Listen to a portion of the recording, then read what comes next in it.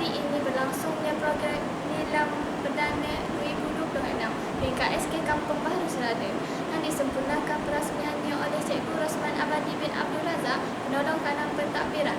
Jom saya bawa anda untuk menyaksikan suasana sekitar pelancaran program yang diadakan di Dewan Sekolah. Baca, baca, baca, baca buku, membaca Jambatan Ilmu. Baca, baca, baca, baca buku, membaca Jambatan Ilmu. Mari buka buku, jom membaca. Buku ada macam-macam. Program bermula tepat jam 7.30 pagi dengan ucapan perasmian oleh Cikgu Rosman Abadi. Alah, dunia hebat sedang menanti kita. Mari semua. Seterusnya, warga Kabarus dipertontonkan dengan tayangan montaj sebagai gimmick pelancaran program. Boleh membaca di mana saja.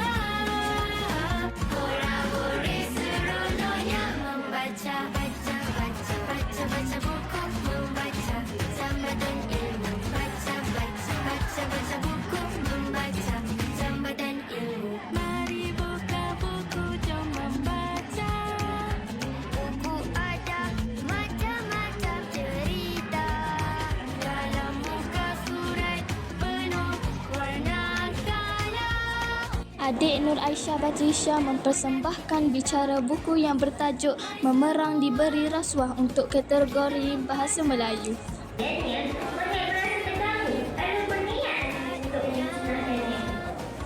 Adik Wan Abdul Wahasif pula mempersembahkan bicara buku bertajuk Mummy is Ill bagi kategori Bahasa Inggeris. to help her. However, the manager uses this as the hot weather may make them sick. The leaders wanted they stayed indoors. Kita membaca. Seterusnya adalah penyampaian CJ penghargaan kepada pengawas-pengawas pusat sumber yang turut berperanan sebagai pembantu murid-murid lain dalam program Nilam. Mereka dikenali sebagai Squad Ains. Membaca. Mari semua kita membaca. Buku cerita membuka dunia. Boleh membaca di mana saja.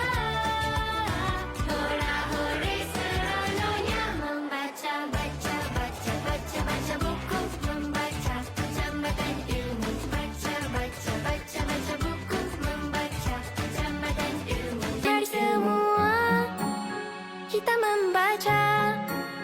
Buku cerita membuka dunia. Boleh membaca di mana saja. Seterusnya, Cikgu Siti Rokiah memberi penerangan berkenaan pengisian data Nilam. Semoga dengan pelaksanaan program seperti ini dapat memupuk minat membaca dalam kalangan warga Kabarus untuk melahirkan insan yang berilmu. Membaca di mana saja. Hora-hore seronoknya membaca. Baca, baca, baca, baca buku, membaca Jambatan Ilmu. Baca, baca, baca, baca buku, membaca. Sekian dahulu laporan saya kali ini. Saya bagi pihak kru penerbitan memohon 1000 kemaafan andai terdapat kekhilafan sepanjang mengacarakan program ini. Kabarus TV, santai berinformasi. Jumpa lagi. Bye.